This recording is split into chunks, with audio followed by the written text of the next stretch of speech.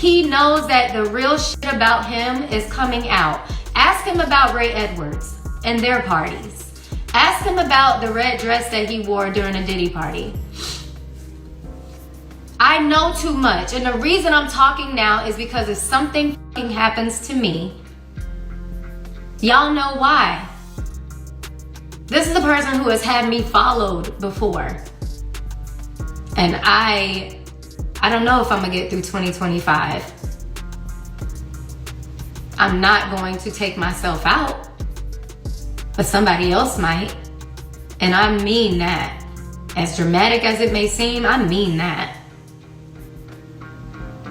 There's a lot of shit that has gone on. I can even name the name Zachary Timms. There's a lot of shit that goes on that's hidden. He grabs my hair and he forces me to the floor. And he's like, who the are you talking to?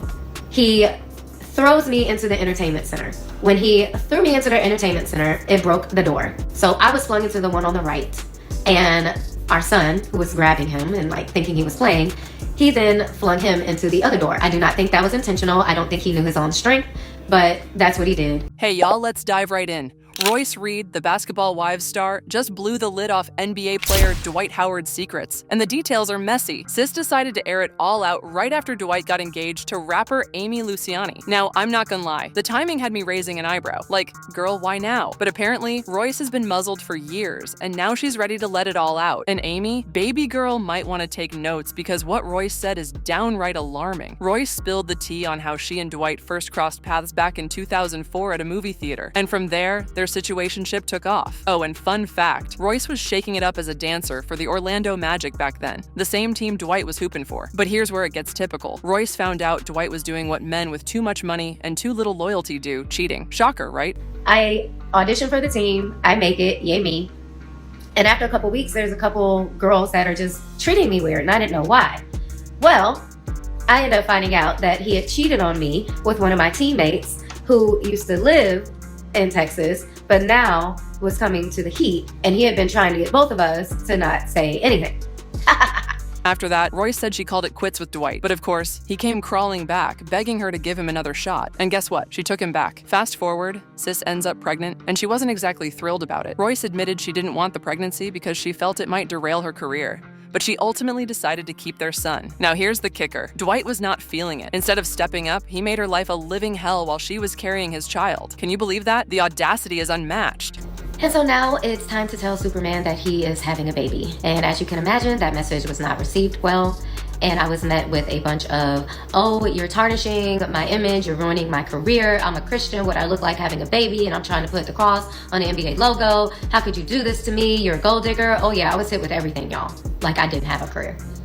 But because none of those changed my mind, he then hits me with, and I have a girlfriend. Okay, I've always had a girlfriend. Oh, wow. Okay, so now I'm realizing, y'all, that not only is this person a completely different person than I thought he was, but I've realized that he is a master manipulator, and he will do any and everything to get exactly what he wants. I didn't fall for it, and because I didn't fall for it, I was then met with hell on earth. When I was about 4 or 5 months pregnant, I was asked to attend a meeting at a restaurant right around the corner from my townhome. And in this meeting is his manager, his cousin, himself. I am then offered money. I'm asking what the money is for. I'm thinking that maybe it's to help me with my pregnancy. No, I was asked to move away and say that this baby was not his. Twice. I declined. They got angry. And every time I did anything, I was met with false accusations. I was threatened, but I still was getting threatened. I was still receiving anonymous messages on MySpace and Twitter, and I didn't know what to do. After Royce gave birth to their son, she said their child would spend time with Dwight every now and then. But here's where it gets shady. Royce claimed Dwight and his girlfriend at the time were out here purposely not feeding her baby the proper food. Like, who does that to a kid? Every time her son came back home, he'd end up sick. Now, if that's true, that's a straight up foul. What kind of mess is that? The reason my child was returned super colicky, sick, throwing up, all these things, only to then be told it was because they were purposely giving him food that was opposite of what he was eating. I would pack a bag and I would have it listed of what he should be eating for lunch, for dinner, all these things. And he was intentionally given the opposite. So when he would be returned home, he was sick, colicky, throwing up, having to go to the hospital.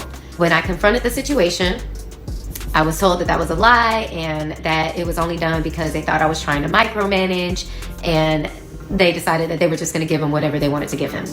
If you thought that was wild, hold on to your edges because it gets even messier. So in 2009, Royce ended up going back to Dwight after he broke it off with his girlfriend. Now, get this. Dwight only wanted her back because he caught wind that she was dating someone else. You know how some men are. Don't want you, but don't want anyone else to have you either. Royce, trying to keep their family together, which we can all understand, decided to give him another chance. But baby, that turned out to be another huge mistake because once again, he dragged her through the ringer. Like, girl, why? I was forced to do things sexually that I did not necessarily agree with. But because I wasn't that experienced, I thought it was normal. And I never complained about it. That's when things started turning verbally and physically and also mentally abusive. I was told that I was stupid. I was told that nobody would ever want me. I was told that everybody here loved him and hated me. And how does it feel to have my hometown turn on me? I better not ever leave him. If I left him ever, he would make my life a living hell. And he did. There were days that I would be at his home and I was threatened with a knife, and then it was laughed off. But when the knife was in my face, it was, I could kill you right now and get away with it because I could claim self-defense and they would believe me and not you because who are you?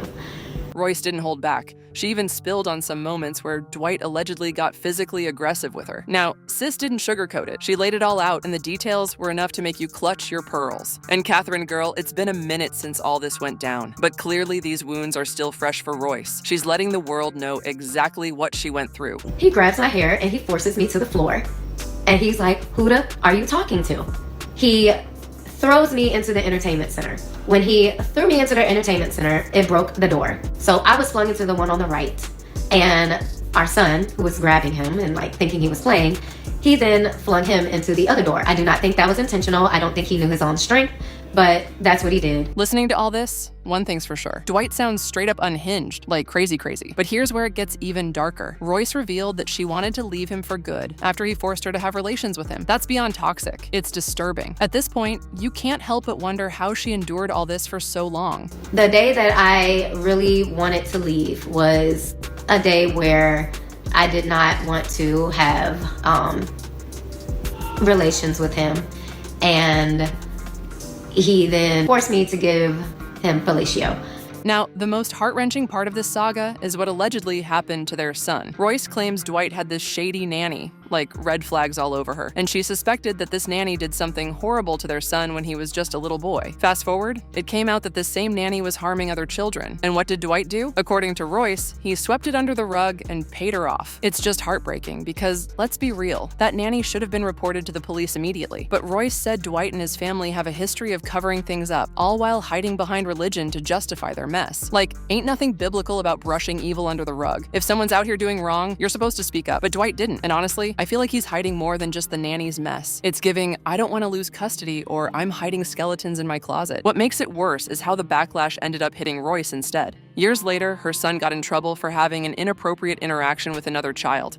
And guess what? Royce was arrested for child neglect, making her look like an unfit parent. But let's not act like kids learn this stuff out of thin air. Clearly, he was exposed to something under Dwight's roof. Royce even mentioned how Dwight's home had all kinds of wild things going on, freaky things. Sis went on to say Dwight was out here hosting drug-filled parties, and their son was present during some of them. She even had firsthand experience with one of these chaotic gatherings during quarantine. Around that time, Dwight had just lost one of his baby mamas, Melissa Rios, in 2020, so he was feeling vulnerable and tried to reconcile with Royce. She stayed at his house for a few days with their son and witnessed one of these wild parties for herself. And if that wasn't enough, Royce also claimed Dwight was cutting up at one of those infamous Diddy parties. It's just a mess all around. Dwight's house? Clearly no place for a child. He knows that the real shit about him is coming out. Ask him about Ray Edwards and their parties. Ask him about the red dress that he wore during a Diddy party. I know too much, and the reason I'm talking now is because it's something fucking happens to me, y'all know why. This is the person who has had me followed before. And I don't know if I'm gonna get through 2025. I'm not going to take myself out, but somebody else might. And I mean that. As dramatic as it may seem, I mean that. There's a lot of shit that has gone on. I can even name the name Zachary Timms. There's a lot of shit that goes on that's hidden. Now, let me just say this. I don't want Royce speaking that negativity over her own life, but I get why she's doing it. She's scared, and when you're fearful, sometimes you feel the need to air it all out. What really caught my attention, though, was her mentioning the name Zachary Timms. For those who don't know, Zachary was a pastor who tragically passed away from a drug overdose. So why would Dwight's name even come up in connection to him? That's really suspicious, and I can't help but wonder what the connection is. Now, even though all of this is alleged, Dwight's name has been tangled in messes before. I remember he was sued by a man named Stephen Harper, or Stephen, one of the two. Stephen claimed Dwight invited him to his house for some private time, but when Stephen got there, Dwight ambushed him by bringing in another man dressed as a woman, complete with a wig and kitten heels. Baby, kitten heels. Stephen wasn't here for it and said he felt pressured into doing things he wasn't comfortable with. Talk about traumatizing. And it doesn't stop there. Another man named Mason alleged that Dwight used to pop up at those freak-off parties, preying on people and using intimidation tactics. Mason said Dwight tried to strong-arm him into signing an NDA. Sound familiar? Yep. Royce said the same thing happened to her. Dwight reportedly pressured her to sign one too, but here's the twist. Her NDA expired, and that's why SS is spilling all the tea now. Some folks think Royce is only speaking up because she's bitter about Dwight's recent engagement, but Royce shut that down, saying there's been too much going on behind the scenes, and she's tired of keeping quiet. And when I tell you she came with receipts, baby, she dropped a whole bombshell of allegations. This story is messier than a spilled glass of red wine on white carpet. I did start paying attention to certain things. I did start paying attention to certain traits. I did start paying attention to what he was telling me versus what was being done. So his sister and him coming on my live yesterday and commenting, and I'm so happy I didn't see it because I was just so into speaking. I'm so happy I didn't see it because had I probably would have said a lot more, such as their older brother molesting them, okay? I'm just gonna put it out there. And y'all might be like, oh my God, did she just say that? Yes, the fuck I said it, because the same thing happened to my son for 5 years and nobody did shit. Okay? So when you're dealing with a family who has had sexual assault and molestation in their family and they hid it, they went to church. Heal my son. Okay? And it was a half brother, so it wasn't the mother's son, it was the father's older son. The only time that brother went to jail was when he molested his own daughter. And she told. So for 5.5 fucking years, my child was molested. And I knew it. I threatened the nanny. Well, let me not say threatened because like I said before, I promised her if I found out that she was doing something to my child, we're gonna have a problem. When I found that out, what happened? I get ghosted, y'all. I now know nothing about what is going on in that house, and that's where I ended video 3. My child continued to come home. As he got older, he started stating certain things. Mind you, I am now in court because I'm refusing to let my child go over to his father's house. Wouldn't you as a mother, if you know that your child is being touched? After I made that threat, I was told very little about what was going on in the house. When I would call to check on my child, nobody would answer. My child is still being dropped off at home. And as I'm giving him baths, he's playing with himself. But in a way that's not like normal because I asked the doctor about it and I'm like, is it normal for them to do this, do that? And she's like, absolutely not. She's like, you need to start writing things down in a journal. Do I need to go get my journal? We now go to court because I'm denying visitation. We go to court, and I got all this proof. I got stacks of paper, and I can't really say too much because why? He got our case sealed. So in court, when I make the comment about my child is being molested, how dare you say that? This is Judge Timothy Shea. I will say his fucking name. Judge Timothy Shea. Okay? This man told me, how dare you make that accusation about Mr. Howard? How dare you do this? And if I ever hear you say anything like this again, I'm going to just change custody. I'm going to give custody to Mr. Howard 100%. What? It's in the docket that I got my ass up and I cussed him out and I said, F you. I turned and I said to his attorney, which was Man Downs, and I said, F you. And I started walking out the courtroom. I swore that was the day that I would get my first mugshot. I did. Because at this point, this is about my child. I don't give a fuck what none of y'all gotta say. Y'all can sit here and call me a bitter baby mama. You know what? Maybe I am. Maybe the fuck I am because of what my child went through, and people sat there and just let him run with this narrative and y'all believed it. This man is evil. This man put his hands on me. This man threatened me with a knife. This man literally said he could kill me right now. And nobody would say anything because he could claim self-defense, and because everybody loves him and hates me, he get away with it. These are the type of people that y'all are defending. How quick we forget about what just happened. And just because, it came out that the case was dropped because he admitted it was consensual, what the f*** do you think my child has been seeing? And being told that it was okay. We're not gonna sit here and now make it seem like I'm a horrible mom and like I didn't raise him right when we grew up talking about the No No Square song. Let's also talk about my child going to Georgia for a month and them getting him kicked out of homeschool because they refused to let him do his work. They sent him to church, was trying to have like a priest tell him to say none of this happened to him. Literally was trying to get in his head and say, your mama made this up.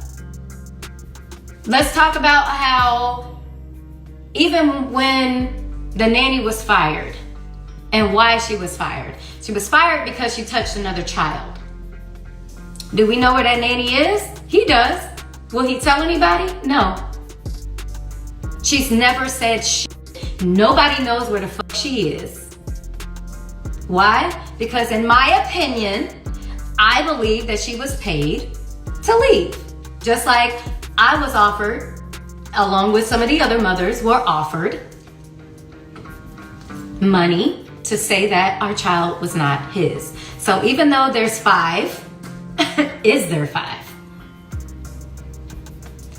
All these years I have missed out on any type of career that I've tried to have. Not because I wasn't trying to have a career, but because I couldn't get a job, because every single time I would get something, all of a sudden it would be taken from me because of him and his PR people. Are y'all sure y'all want to work with her? She's really dramatic. As many times as I tried to move on, he would contact whoever I was dating. If I need to get Dwayne to release a statement about what he went through and the threats that he received when he was with me, I could do that. Because he was threatened that if he was with me, that bad things would happen. When I moved on, when I was dating Brian, y'all remember him from the show. Brian was there when a lot of shit was happening as well. Brian and I are still cool. Desmond was really there when a lot of shit was happening because Desmond was gonna be the one, right? You know what he did? he started contacting all these different associates of his. Desmond was playing for the Tampa Bay Buccaneers. Then he got traded. I'm trying to tell y'all that people who are in these higher positions, they will throw the rock and hide their hand. So again, like I said, I had to stop myself because I gotta keep telling my story, and I gotta tell it in order because I know there's a lot of questions. But when I tell y'all today, there's going to be a PR stunt. And maybe not anymore because I'm saying something, but there's gonna be videos of a birthday party of a daughter he hardly ever sees, and the other one that was forced to go back. Huge birthday party. But you wanna know who has never gotten a birthday present? Our son. You wanna know who has only gotten a Christmas gift 3 times out of 17 years? Our son. Why? Because I didn't coddle. Because I didn't do the bending. Because I didn't do a lot of things that he was asking me to do. Because I knew it was wrong.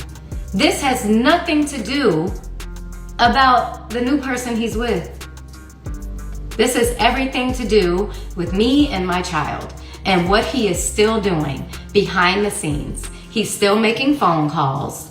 He still has blogs like The Shade Room under his wing. Okay? They only post negative things about me, if you've noticed, or the captions are always very like one-sided. This is the last thing that I can possibly do to get him to leave me the f alone. Leave us alone. You don't pay a dime in child support. Leave us alone. Stop calling our son and trying to get him to feel like he's such a terrible ass person because he don't want to have shit to do with you. I have been blackballed from a lot of the mainstream industry because of this person. And y'all want me to shut up? Y'all want me to be quiet? I have been suicidal. I have been in positions where I just wanted to get up and just leave. And then I look at that face in there, and even though he's 17, I still see myself, and I still see innocence. I still see regret. I still see misunderstanding. I see healing as well. This is something that now he has to deal with for the rest of his fucking life because people want to get on this internet and call him all types of names for a mistake that he made after a conversation his father had with him. When your own father calls you gay at 11 years old because you haven't touched anything or done anything, that's crazy. When your father is sitting here telling you, well, it doesn't matter if it's a man or a woman because a man's, G-spot is in his ass.